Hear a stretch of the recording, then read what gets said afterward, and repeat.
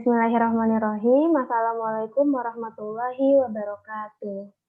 Waalaikumsalam warahmatullahi wabarakatuh. Di sini saya Alia Khansah Syahidah bersama teman-teman saya ada Iriana Indah, Iya, halo.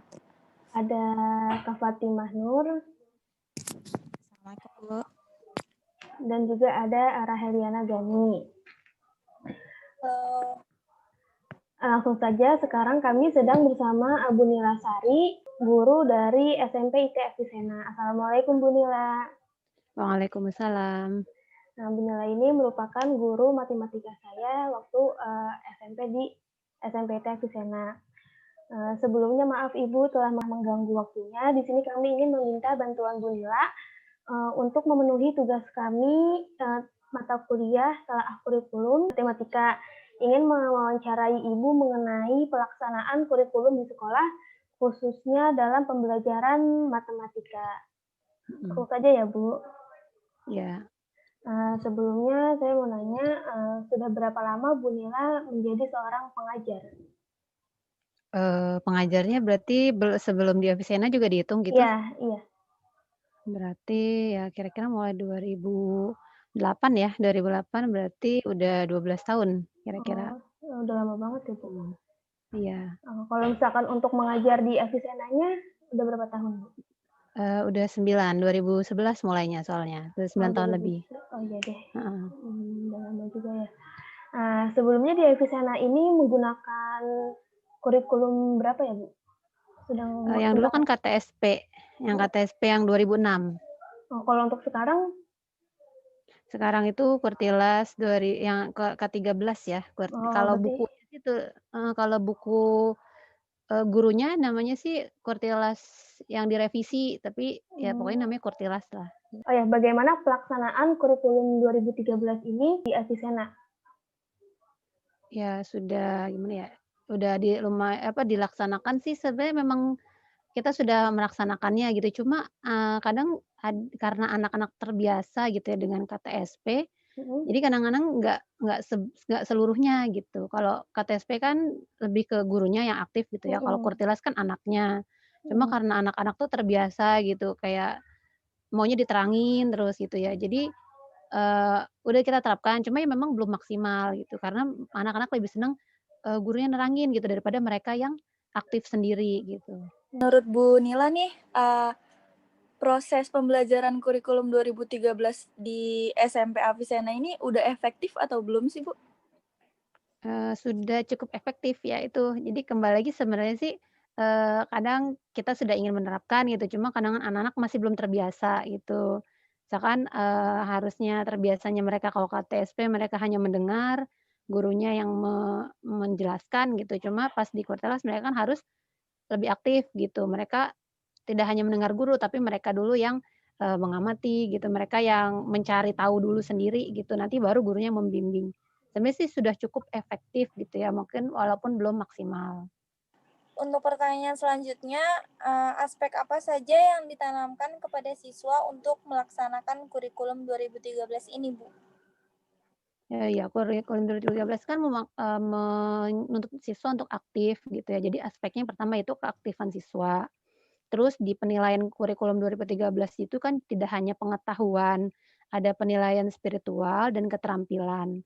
Nah, berarti kita juga misalkan masalah spiritual ya terutama kalau SMP Avicenna ya, memang IT ya, jadi memang yang kita sampaikan tuh bukan cuma pelajaran, tapi bagaimana mereka, ibadah mereka, akhlak mereka juga bisa kita kaitkan gitu dengan, pelajaran matematika misalkan gitu. Contoh misalnya, berapa 0,0 gitu kan.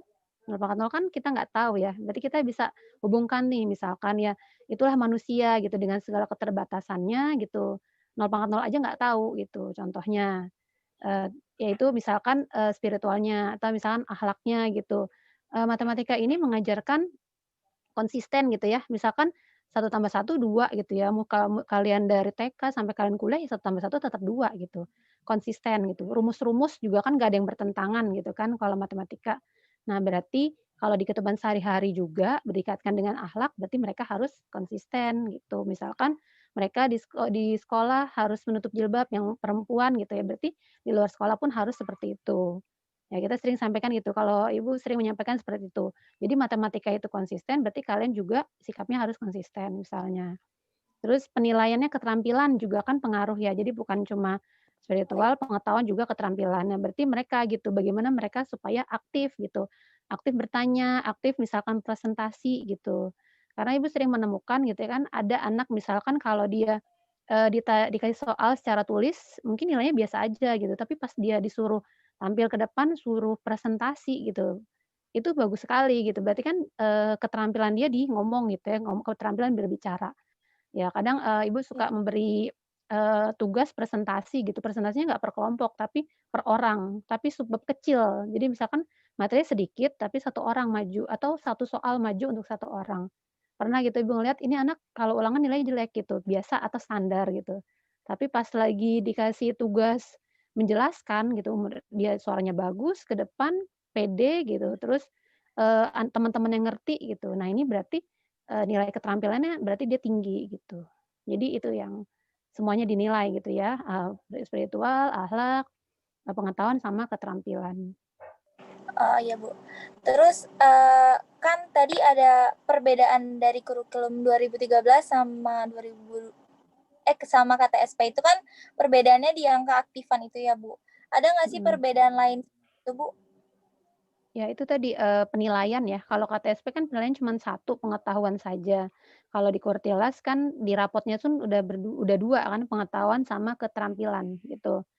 Jadi, dari segi penilaian udah beda. Terus kalau di rapot pun paling atas tuh setelah apa, biodata siswa kan ada penilaian spiritual gitu, dinilai oleh biasanya wali kelas bisa, guru PKN bisa, guru PAI atau guru BK. Jadi, perbedaan Kurtilas sama KTSP yaitu di penilaiannya. Kalau KTSP kan satu nilai itu di rapot, udah pengetahuan, nilai dia berapa, mau dia aktif atau enggak pas lagi apa, belajar, terus dia misalkan sikapnya bagaimana, ya tidak dilihat gitu ya, hanya pengetahuan saja, hanya hasil ulangan, hasil tugas gitu. Kalau Kurtilas penilaiannya ada spiritual, ada pengetahuan, spiritual sama sosial ya, pengetahuan dan keterampilan gitu. Ada 4 aspek berarti. Baik Bu, saya lanjutkan. Kalau misalkan untuk dari sekolahnya, menurut Ibu ada nggak sih hal-hal yang perlu dilakukan sekolah agar penerapan Kurtilas ini tuh lebih baik gitu? Ya paling, untuk, fasilitas sekolah bisa menambahkan lagi gitu biar lebih lengkap, terus sama memperbanyak pelatihan-pelatihan Kurtilas. Alhamdulillah sih kita sudah sering ya pelatihan-pelatihan dari Dinas Bekasi, biasanya itu pelatihan bisa 3 hari gitu ya, 4 hari pelatihan Kurtilas. Nanti di situ kita, disuruh, membuat, apa sih, program pembelajaran gitu, biasanya berkelompok dari berbagai sekolah, gurunya dikelompokkan, namanya tuh BIMTEK kalau dulu namanya bimbingan, teknik ya, bimbingan teknik Kurtilas. Jadi bimbingan teknis Kurtilas, contohnya itu. Jadi di situ setelah kita buat program pembelajaran, terus kita disuruh, mengajar di depan, ibaratnya kita gurunya, nanti, siswanya yaitu teman-teman kita sendiri gitu dari berbagai sekolah. Jadi memperbanyak pelatihan seperti itu gitu untuk guru. Ya untuk, di sekolahnya ya berarti itu penambahan sarana belajar gitu biar lebih lengkap lagi. Kalau pada saat pandemi gitu masih ada pelatihan nggak Bu untuk tahun ini Oh, berarti? kemarin sih pelatihannya cuma AKM ya, AKM kan, asesmen itu ya, asesmen kompetensi minimum yang untuk Oh itu. pengganti UN, itu cuma webinar aja gitu, bagaimana cara menyusun, bagaimana cara menyusun AKM gitu. Paling itu sih, ya karena terbatas waktu ya. Kalau untuk pelatihan Kurtilas memang sebelum pandemi gitu, pas Kurtilas ini kita pelatihannya AKM, webinar gitu. Silakan Alia dilanjutkan. Oh iya.